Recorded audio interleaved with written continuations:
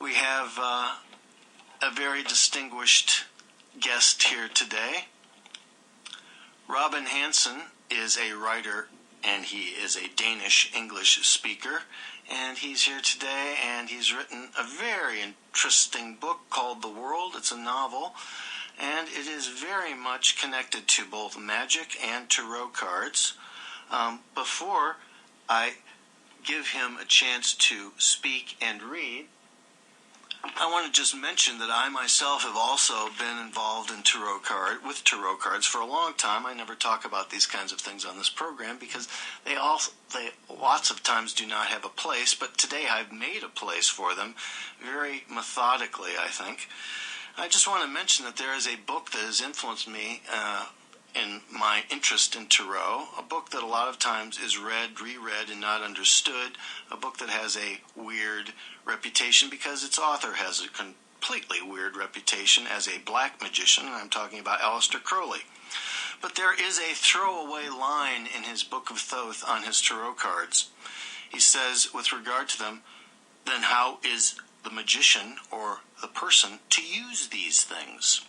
How is he to blend their life with his? And here's the throwaway line.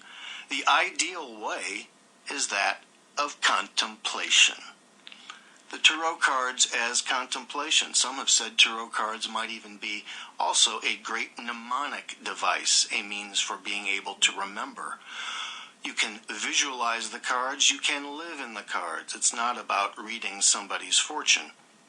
So on that note, I'm going to bring Robin in. Good morning, Robin. It's so glad to have you here. Thanks for having me here. And how did you get involved in tarot cards ever? Well, actually, I never used them as a divination device. I became interested in them because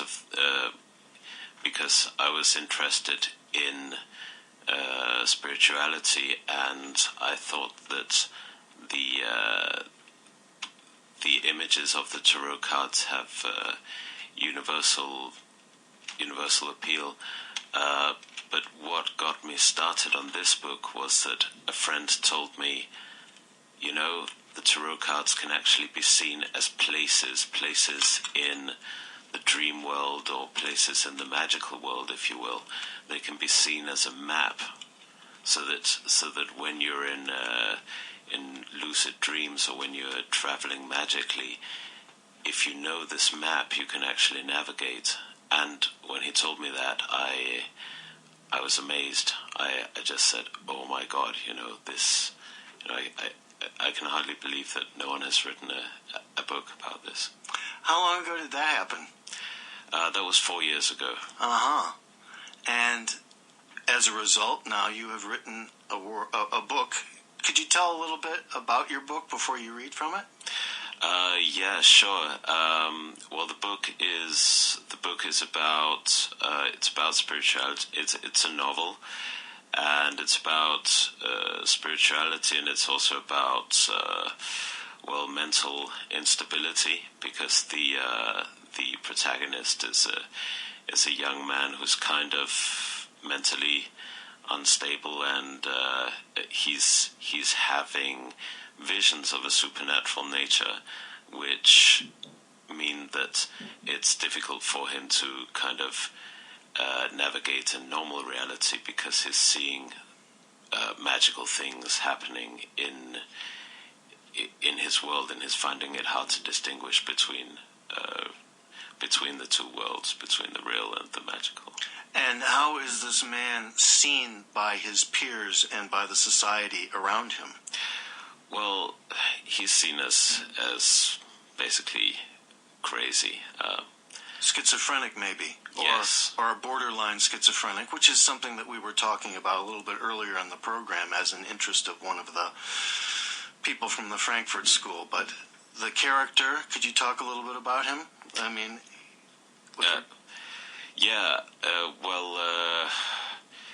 He's in a very nervous state, because he doesn't know what's going to materialize in the next moment, He's facing the normal challenges of a teenager. That is, there's a girl that he likes, and he wants to have, good grades in school. But all this magical stuff is coming up, and it's just confusing him, and he's trying to build barriers against it, because he has the feeling that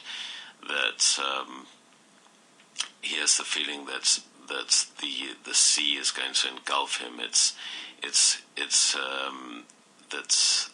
That he's going to be engulfed by madness. So he builds barriers against that by trying to stack things according to certain. In certain numbers, he needs to have even numbers, and because odd numbers, he feels are an instability which will give way to madness. So he has a kind of numerological fixation of sorts. Yes. As did Jimi Hendrix, I guess. He was really interested in the number 9. Can you read a little piece? Well, we want you to read more than just a little piece, but can you give us a sense from the beginning of the character?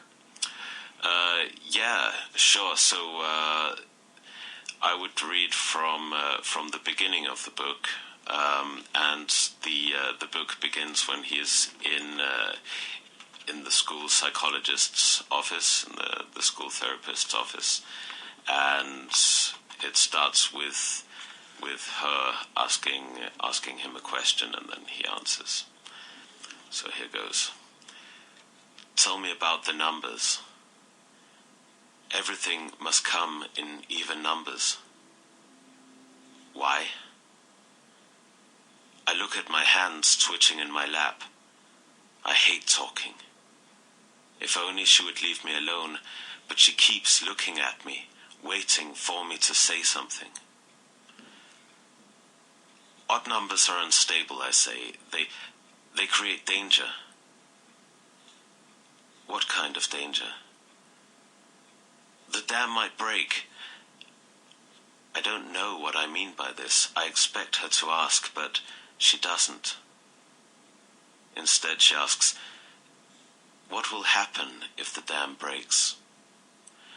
The ocean will swallow us all, I say, raising my voice. I get up. I know my words don't make sense to her, but they are the truest words I have said so far. I know this because my voice is ringing loud and clear in my ears instead of my usual mumbling. But she won't understand. I want to get out of here. I'm looking at the door. Sit down, Arkin. This is my office. The ocean can't get at you here. Now that is a blatant lie, but she doesn't know. I wish someone understood, but no one does. I want to leave right now, but I should sit down and pretend to be normal. Then again, she knows I'm not normal. If I were normal, I wouldn't be here. I see water rising in the room through the corners of my eyes. If I do as she says and I sit down, then I can only calm the waters by repeating my movement 4 times. I sit down and get up, sit down and get up, sit down and get up, sit down. She sits in silence, scrutinizing my movements with her magnified brown eyes. I'm worried about you, she says, her silent voice blending with the din of the waves beating against the walls. I'm going to have to talk to your parents. Do you understand? Arkin? I look at her as intently as I can, straining to ignore the ocean. She's looking at me, her lips unmoving. I'm supposed to say something, but I can't think what. It's okay, she says. Go back to class. Oh, okay. So we begin the story, it's pretty much told from the first person. Yes. The narrative, right? Yes. Mostly it's the interior monologue of the main character, isn't that correct? That's right. With added conversations that go with it. That's right, yeah. And I tried to make it so that we get the sense of how erratic his mind gets sometimes. And it speeds up when the visions get intense. So he has a psychological maladjustment, one might say, and is not very well adjusted to his peers, the life he's living. He's not a particularly happy guy, is he? That's right, he's not happy. As you say, he has a psychological maladjustment, but it's interesting because it's something that in other societies, in so-called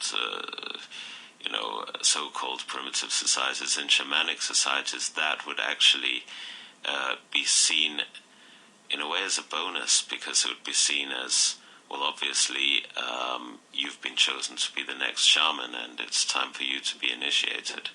Yeah, and that's so perfect that actually today on the news on Radio France International, at the very end of their report, there was a report about witchcraft in Ghana.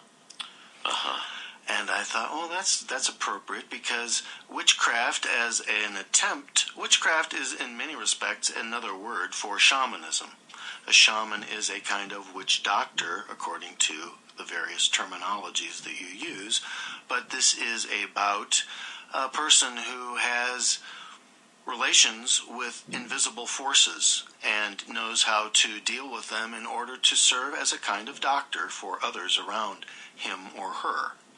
And in what way does the protagonist of this book, Arkin, how does he deal with his problem? Well, in the beginning, he doesn't know how to deal with his problem, because our society is absolutely not set up to deal with people like that. I mean, the way that we have of dealing with it is that well, you know, you can take a drug which will dull the visions you're having, and sort of get along, hopefully. But what happens in the book is that he's given the choice to do that or to enter a so-called spiritual healing program.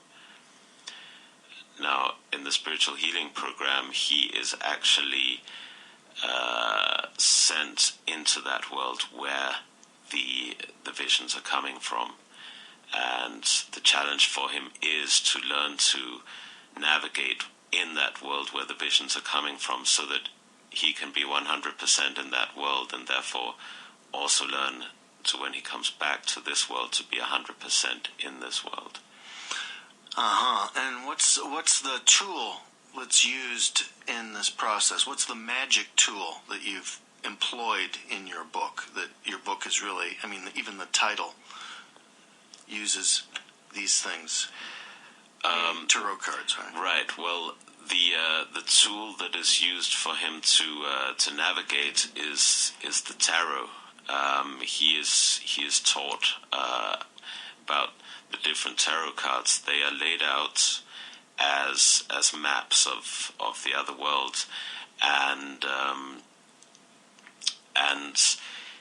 that is what happens, because when he starts on his magical journey, he enters the first tarot card, which is number 0, the Fool, and his journey takes him from the Fool all the way to the world being the last tarot card. And in many ways, the world is where everything comes together, because the world is both this world and the magical world all integrated into one, and that is what he's searching for. He's searching for a place where magic and reality are integrated into magical reality, and where it's possible to live in this world and live in a magical way at the same time. Okay, since we only have about 10 minutes left, I would like you to read from a piece, again, of the book, because you're such a great reader. And you appeared, I guess it was last week, on the 10th. Actually, it was last Wednesday. Yes. At the Emerald Tablet, and I was there. I thought the reading was sensational. And you read a piece that I would ask you to read again, if it's possible. Right. From one of the chapters. It's actually the card connected to the Hanged Man. The Hanged Man, yes. Just a second. Yes, this is after Arkin has been hung up on the world tree, all the way up at the top of all the worlds. And before you read that, when you say that, this is an interior journey that he's on? Yes, you could put it that way. He's on a journey inside the magical world. I mean, you could call it an interior journey, but it's something that has outer repercussions as well. Okay. So here we go. Stars hold hands around me, dancing, laughing like children, setting off a breeze that tickles the soles of my feet from above and sends me swaying from the end of the rope that suspends me above the worlds. The rope that holds my ankles and calves is of a thickness that would restrain a battleship. I know this, though I can't see it as I'm dangling head down. The rope keeps me tethered to the tree's smallest, youngest twig, which is as large as the trunk of the big ash tree by the lake in our back garden, though I sense that somehow it is the very same tree. Over the lake, the moon shining from the ocean. Further down, a volcano opens to a pit of fire that electrifies my spine. In the middle of the worlds, far, far down, I see my dad sitting under the ash tree in front of the dry lake, his face resting in his hands. The breeze intensifies. I'm flying in the landscape of the tree. The winds howl around me. I crash against the branches, then fly on, crash, fly, the rope keeping me from plunging through the worlds. All is circles, commotion, darkness. In the darkness is a dragon, and the dragon is larger than the darkness, is the darkness. There is only the dragon darkness. The smell of acrid black waves cradles me, cradles the pain of my racked body, comforting me, protecting me, smothering me, suppressing me, pressing on my skull. A light, a figure with a light heart, and a heart of light. The earthquake roar of the dragon, her crushed skull blowing off on the north wind, her rib cage the dome of the sky, her body the world cut up and ordered by the sword. I breathe light deeply and exhale, my dreams crystallizing and populating the world. Dark cold crawls beneath my clothes and grips my dismayed heart, lending fresh fangs to the rope that draws my legs upwards, while my throbbing head, darkened eyes, strain towards the unseen worlds below, eyes, moulding it with his hands. A red sun rises in my chest. It warms me from toes to head, bathing me in light, speaking to me through the crackling of its flames. It grows and grows, heaving outwards. A heart in love, it spans the universe and continues to grow. I am the sun, the love that penetrates me, is me, keeps expanding, reaching out so my skin keeps stretching. Yet the strain is growing so painful on my idea that I am the sun. The pain at the surface of my chest grows hotter, sharper. I'm torn apart, rushing from my center. All parts of me shoot in different directions. I'm dead. I am no more. So why am I still conscious? I'm cooling down. I'm a cloud of matter, I'm a smaller, yellow sun, warming the cloud of matter that I am. The cloud is fragmenting into smaller islets, soups of chemical combinations. I'm not I. I'm separated painfully, unified in orgasm upon orgasm. The identity that once was mine starts spiraling. Mountains, continents, oceans grow out of one of the soups where amino acids come into being to allow the further expansion of love. Ice spreads, recedes, microorganisms arise in the oceans.